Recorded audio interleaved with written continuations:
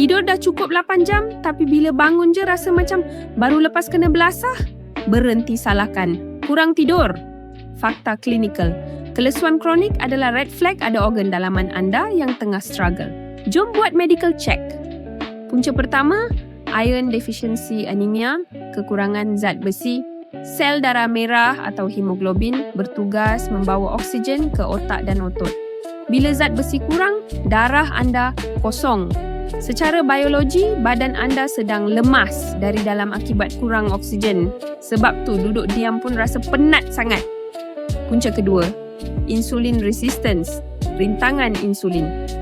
Anda makan banyak untuk dapat tenaga, tapi glukosa tu terperangkap dalam darah sebab reseptor insulin sel dah kebas.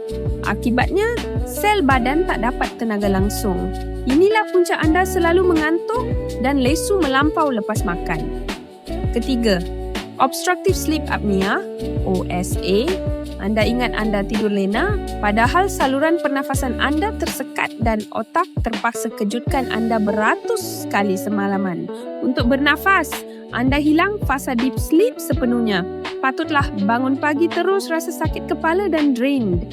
Tolong hentikan tabiat telan kopi bergelas-gelas atau minuman tenaga untuk paksa badan berjaga. Itu cuma rawat simptom sementara.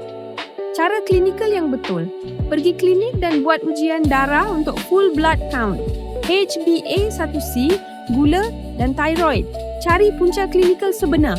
Badan kita ni bijak, rasa penat melampau tu adalah sistem amaran kecemasan yang terakhir sebelum penyakit serius serang. Cuba jujur kat bawah, korang selalu rasa tahap paling lesu dan penat gila tu pada waktu bila? Pagi, lepas lunch atau sepanjang hari? Komen sekarang.